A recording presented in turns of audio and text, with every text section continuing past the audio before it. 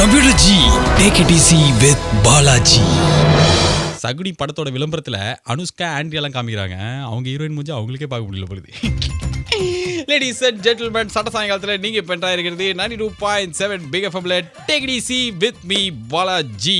So ஜனவரி மாதத்துலேருந்து ஜூன் மாதம் வரையிலும் தமிழ் சினிமாவில் என்னெல்லாம் படம் வந்தது, நம்ம எதெல்லாம் போய் தேட்டரில் கிட்டத்தட்ட 120 ரூபா வந்து www.gubli.com மாதிரி ஆன்லைனில் புக் பண்ணி 4 கிலோ பாப்கார்ன் வந்து பக்கெட்டில் வாங்கி பார்க்கிங்கே 10,340 ரூபாய் கேட்குறாங்களா, அது மாதிரி காசு கட்டி போய் பார்த்துட்டு வந்து லைட்டாக மொக்கம் வாங்கினோம், லைட்டாக சந்தோஷப்பட்டோம் அப்படின்ற ஜான் முதல் ஜூன் வரை தமிழ் சினிமா ரிப்போர்ட்டு நம்மளுக்காக இப்போ யாரா கொடுக்குறா, பெரிய மதன் சார்லாம் வரான்னு பார்த்தது யார், நான் தானே. அதனால வந்து நான் தான் சொல்ல போகிறேன். இப்போ என்ன அப்படின்னா, எந்த விஷயத்தையுமே நல்ல மங்களகரமாக ஆரம்பிக்கணும் அப்படின்னு சொல்லிட்டு விசுவே அரட்டை அரங்கம்ல சொன்னதுனால நம்ம நல்ல விஷயங்கள்லாம் என்ன நடந்து தமிழ் சினிமாவில் அப்படின்னு பார்க்கணும். அந்த வகையில் சூப்பர் டிப்பர் ஆஃப் த ஏகோபித்த ஆதரவு பெற்ற ஒரு விஷயம் வந்து நண்பன். பார்த்து எல்லாருமே வந்து ஆஹா what a fantastic of the awesome மேட்டிகலி ஃபிலிம் அப்படின்னு சொல்லிட்டு பாராட்டினேன். அதே நேரத்தில் இந்தியில் அப்படி எடுத்தாங்களே தமிழ் எடுப்பாங்களா அப்படின்னு நிறைய கேள்வி கணைகள்லாம் முறுக்குன்னு மூக்க பிடிக்கிற மாதிரி கேட்ட நிறைய பேர்லாம் அந்த படம் ரிலீஸ் ஆனதுக்கப்புறம் it's a very good attempt of the education system கேள்விக்குறி அப்படின்ற மாதிரி வந்தது. இட்ஸ் அ குட் படம். அதுக்கப்புறம் இந்த வருஷம் இன்னொரு முக்கியமான கேட்டகரி ஆஃப் ஃபிலிம்ஸ் ஹிட் ஆச்சு. என்ன அப்படின்னு பார்த்தாங்க, சந்தானத்துக்காகவே பார்க்கலாம் அப்படின்ற மாதிரி படங்கள். வேற எதுக்காக அந்த படத்தை பார்க்க முடியுமா அப்படின்னா அந்த வகையில் ஒரு முக்கியமான படம் ஒரு கல் ஒரு கண்ணாடி. யார் இவங்கலாம், என்ன பண்ணுறாங்க, என்ன நடக்குது, நம்ம யார் எங்கே உட்காந்துக்கிறாங்களோ எதுவுமே தெரியாது. 15 நிமிஷத்துக்கு ஒரு வாட்டி கலக்க போது யாரில் வர மாதிரி ஜோக்கு வரும். அந்த ஜோக்கை வந்து நம்ம ஊந்து சிரிப்போம். சிரிச்சதுக்கு அப்புறம் அந்த படமும் வந்து ஒரு 3.5 மணி நேரம் கழிச்சு முடியும். அது ஒன்று. கலகலப்பு அந்த பாண்டியராஜன், அதுக்கப்புறம் எஸ்வி சேகர், சகாதேவன் மகாதேவன் படத்தில் வர மாதிரியே ஒரு கதையாக இருந்தாலும் கடைசி வரைக்கும் வந்து சிரிச்சுனே இருந்தோம். அதுவும் சந்தானம் வந்ததுக்கப்புறம் இன்னும் கொஞ்சம் குபீர் சிரிப்பு வெளிப்பட்டுச்சு அப்படின்றதுனால it's also hitting film of the 2012 வருஷம். இதுக்கப்புறம் வேறு என்ன படம் வந்து சகுனி அந்த கேட்டகரியில் வருமான்றீங்களா? கொஞ்ச நேரம் கழிச்சு வருது, அது இப்போ கிடையாது. ஆனால் வந்து இந்த படத்தில் இந்த வருஷத்தில் வந்த கருத்து உள்ள படங்கள் அப்படின்னு சொல்லிட்டு சில படம்லாம் வந்தது. ஒன்று தோனி. பிரகாஷ் ராஜ் கிட்ட ஒரு பழைய ஹெல்மெட் குத்தா என்னமா நடிப்பார் அப்படின்றதுக்கான ஒரு மிக சிறந்த எக்ஸாம்பிள். புழிஞ்சு அழுது கதறிலாம் நிறைய பேர் அந்த படத்தை பார்த்தாங்க. அதுவும் வந்து எஜுகேஷன் சிஸ்டம் நிறைய கேள்விலாம் கேட்டுச்சு. ஆனால் யார் பதில் சொன்னாலும் யாருக்கு தெரியாது.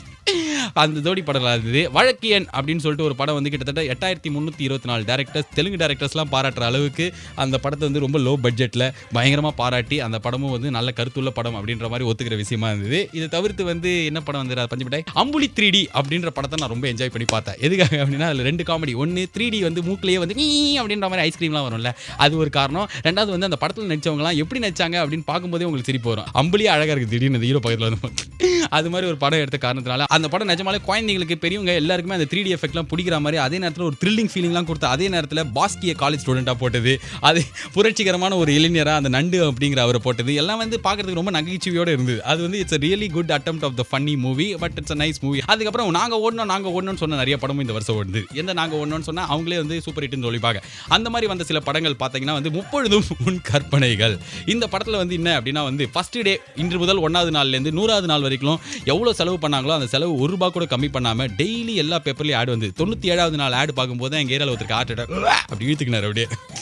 ஏன்னா அவர் 3வது நாளே இந்த படத்தை பார்த்து உடல் உபாயத்தில் தாக்கப்பட்டவர். அடுத்ததாக வந்து வேட்டை படம் வந்து 25 வருஷத்துக்கு முன்னாடி வந்திருந்தா சத்தியமாக இந்த படம் மாதிரி சான்ஸே இல்லை. ஆனால் அந்த 25 வருஷத்துக்கு முன்னாடி பாக்யராஜ் வச்சு வர வேண்டிய படத்தை ஆர்யா மாதவன் வச்சு எடுத்து ஆனால் எல்லாருக்கும் பிடிச்சது. ஏன்னா அந்த நேரத்தில் வந்து என்ன என்டர்டைன்மெண்ட் வரச்சின்னு தெரியல. இட்ஸ் லைக் எவ்ரிபடி லைக் வேட்டை என்றால் Amala ball is very beautiful இன் வேட்டை. அண்ட் மாதவன் ஷட்டர் மூடும்போது எனக்கே ஷட்டரான்னு கேட்கும்போது தேட்டர் எல்லாம் சிரிக்கிறாங்க. ஐயோ செம்ம காமெடி சீன் அது. அதுக்கப்புறம் வந்து கழுகு புகழ் கிருஷ்ணா நடித்த கழுகு. அதில் என்ன புகழ் அப்படின்னு சொல்லிட்டு நீங்கள் கேட்டுற மாதிரி நானும் கேட்டேன். ஆனால் எனக்கு தெரில. அந்த கழுகு புகழ் கிருஷ்ணா நடித்த கழுகும் வந்து it's a very hit movie. எல்லாருமே வந்து பார்த்தாங்களாமே அந்த படத்தை. ஸோ அது ஒரு நல்ல படம். அதுக்கப்புறம் சகுனி 7வது நாள்லேயே வந்து வெற்றிகரமான 10வது நாள் போஸ்டர் ஓட்டிக்கிட்ட படம் தானே அப்படின்றீங்களா? அதுதான். அதுவும் வந்து சந்தானத்துக்காகவே பார்க்கலாம் அப்படின்னு சொல்கிற நிறைய பேர் இருப்பீங்களா? தம்பிடே நீ சொல்கிறல பச்சை சட்டை எனக்கு தெரியும்டா. சந்தானத்துக்காகவே பார்க்குற இன்னும் எத்தனை படம் வரும்னு தெரிய மாட்டேங்குது. அதுக்கப்புறம் 3 படம் வந்து ரொம்ப சந்தோஷமான படம். கொலவெறி பாட்டு உலகம் ஃபுல்லாக ஹிட் ஆயிடுச்சு அப்படின்னு சொல்லிட்டு அப்படிலாம் ப்ரொமோட் பண்ணதுக்கப்புறம் எந்த டிவி ஆஃப் பண்ணிட்டு பார்த்தாலும் தனுஷ் உட்காந்துக்கிற மாதிரி தெரிஞ்சுது. அந்த அளவுக்கு ப்ரொமோஷன் பண்ணி தேட்டருக்குள்ள போனா ஸ்ருதி ஹாசன் ஸ்டார்டிங் சீன்ல லாஸ்ட் வரைக்கும் எழுதினாரு. பிரபு வந்து நவுந்து கூட உட்காரல, ஒரே சேர்ல உட்காந்து கடைசி படத்தை வரைக்கும் முடிச்சிட்டாங்க. ஆனா 3 படத்தோட ஆடியோ உள்ள நல்லா இருக்குது. இந்த கொலவெறி பாட்டை எப்படி எடுத்திருப்பாங்க அப்படின்னு போய் பார்த்தாங்க. அப்படியே செம்மையா பொக்குன்னு வாயிலே குத்தின மாதிரி ஒரு டிசப்பாயின்மெண்ட். என்னன்னா வெற்றி பெற்ற மனிதர்கள் விரும்பும் பாக்குன்னு சொல்லிட்டு பீச்ல இருக்கிற எல்லா கடைக்கும் ஒரு விளம்பரத்தை குத்தி அந்த பாட்டில் தனுஷ் எங்கன்னு தெரியணும். எல்லா கடையும் பளிச்சுன்னு தெரியுது, தனுஷ் வந்து தெரிய மாட்டேன்றார். நான் மற்றபடி 3 படத்துல பாட்டுலாம் செம்மையா தான் எடுத்திருப்பாங்க. போனி பாட்டு சபரிமலையில் எடுத்திருப்பாங்க. நல்ல விஷயம் தான் அது. அந்த படம் வந்து ஹிட் தான். ஏன்னா 100வது நாள் 75 நாள் போஸ்ட் நான் பார்த்தேன். இதுக்கப்புறம் இந்த வருஷத்துல ஃபிளாப் டக்கர் லிஸ்ட்ல எதெல்லாம் வருது இந்த ஜான் முதல் ஜூன் வரையில அப்படின்னு பார்த்தாங்க வந்து இதுல முக்கியமா 2 படம் வந்து முதல் எடுத்தோடனே இந்த கேட்டகரியில அதான் வருவேன் அப்படின்னு சொல்லிட்டு அடம்புச்சு வந்திருக்கிறது 2 படம். ஒன்னு மேதை. 423 வருஷம் கழிச்சு ராமராஜன் கோட் சூட்ல அஸ்தபோது யாரிலிருந்து வாடகை வைத்துட்டு வந்து இந்து பேப்பர் படிக்கிற மாதிரி செமையா ரிலீஸ் பண்ணாங்க மேதை படத்தை. அந்த படம் மாதிரியே இன்னொரு படம் வந்து அதோட ரீமேக்னு கூட சொல்லலாம். அந்த படம் தான் ஈஸ்ட். இஷ்டம். விமல் வந்து ஐஐடி ஸ்டூடெண்டா நடிச்சிருக்காரு. ஒரே ஒரு சீன் அந்த படத்துல டிவில தான் பார்த்தேன். அந்த சீனை என்னமா இருந்தது, அதை பார்த்தா நான் தியேட்டருக்கே போய் படத்தை பார்த்தேன். அந்த சீன் தான் வந்து அவர் ஏந்தோன்னு வந்து ஐ காட் இட் அப்படின்னுவார்.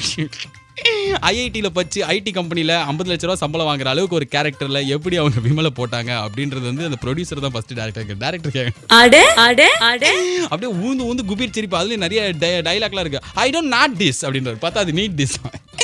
விமல் அவர்களே, நீங்கள் இந்த படத்தில் நினச்சதெல்லாம் தப்பு கிடையாது. கண்டிப்பாக நீங்கள் டப்பிங் வச்சிருக்கலாம். ஏன்னா இஷ்டமே அவருக்கு ஷானா வர மாட்டேங்குது. ஷானாவும் வரல, ராணாவும் வரல, ஷார்ட் நேம் சுப்பியான்றீங்களா தெரியல, இஷ்டம் அப்படின்றாரு.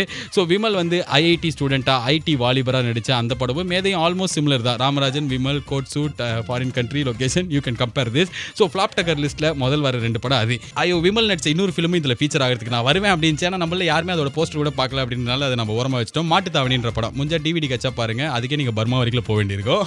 அதுதான் வந்து ஒரு நடிகையின் வாக்குமூலம்னு ஒரு படம், நக்கீரனில் வர தொடர் மாதிரி இருக்கீங்களா, அது ரிலீஸ் பண்ணாங்க. இதில் வர நிறைய டிவியில் அது ஷூட்டிங் எடுக்கிறதுலாம் காமிச்சாங்க. சோனியா அகர்வால் வந்து தாடி வச்சு ஒரு டான்ஸ் மாஸ்டரோட ஒரு டான்ஸ் ஆடுறாங்க. மிகப்பெரிய பட்ஜெட்டில் எடுக்கிறோன்றாங்க. அது ஏதோ ஐநாவர் ரோட்டில் எடுத்துக்கிறாங்க.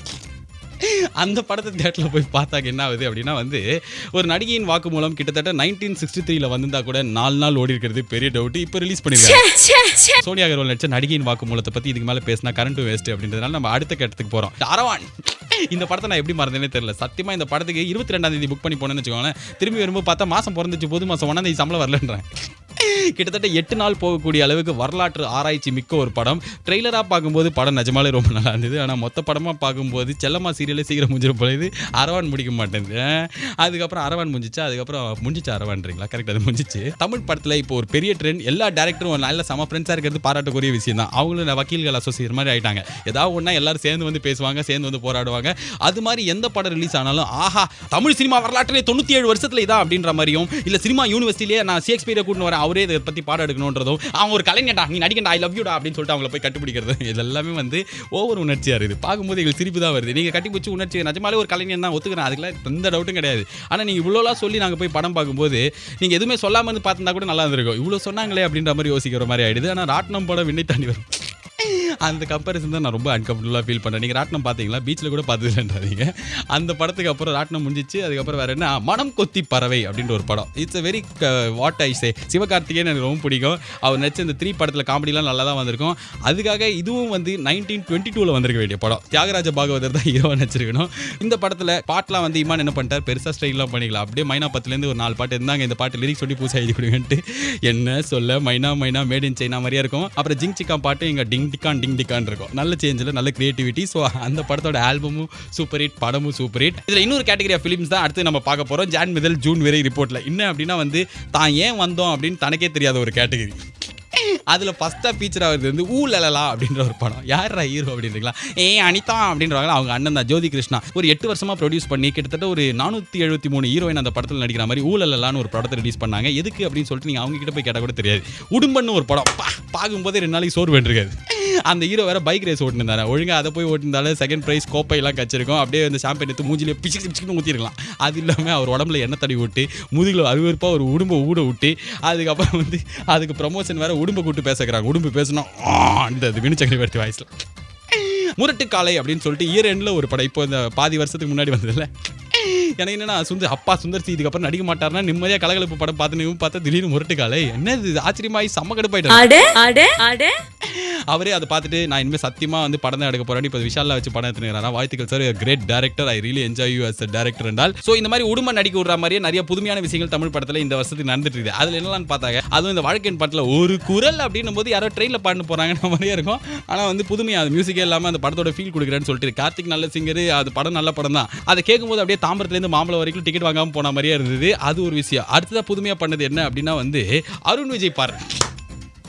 அதுக்கப்புறம் Vimal IIT student is the greatest புதுமை that you can ever see in the history of Tamil cinema. இந்த வருஷம் எந்த வருஷமும் இல்லாத அளவுக்கு எல்லாருமே அவார்டு கொடுத்துனுக்குறாங்க. பாலாஜி அவார்ட்ஸ் அவனுக்கு கொடுத்தா கூட அது பயங்கர சிறப்பாக நடக்காதுன்றீங்களா, கரெக்டு தான். ஆனால் வந்து எக்கப்பக்கச்சக்க அவார்டு, பக்கச்சக்கன்ட்டனா சரி, ஆனால் நிறைய அவார்டு எல்லா இடத்துக்கும் போய் ஃபங்க்ஷனில் அவார்டு வாங்குறாங்க. யாரெல்லாம் அவார்டு வராங்களோ அவங்களுக்குலாம் அவார்டு கொடுக்குறதா இந்த லேட்டஸ்ட் ட்ரெண்டு. பிகப்பும் கூட கொஞ்சம் நாளைக்கு முன்னாடி அவார்டு கொடுத்துச்சு, மெலடி அவார்ட்ஸு. அதுக்கப்புறம் என்னாச்சு அப்படின்னு பார்த்தா அவார்ட் ஃபங்க்ஷனு அண்ட் 2012 மிகப்பெரும் கைஸ்ட் 2 பேரை நான் வந்து கண்டிப்பாக சொல்லி தான் இது முச்சாகணும். ஒருத்தர் யார் அப்படின்னு பார்த்தாங்க தமிழ் சினிமாவை வாழ வைக்கிறதுல இவர் தான் முக்கியமான ஆள் அப்படின்னு சொன்னால் அது மிக அல்ல. மிஸ்டர் மிஸ்டர் பேரரசு.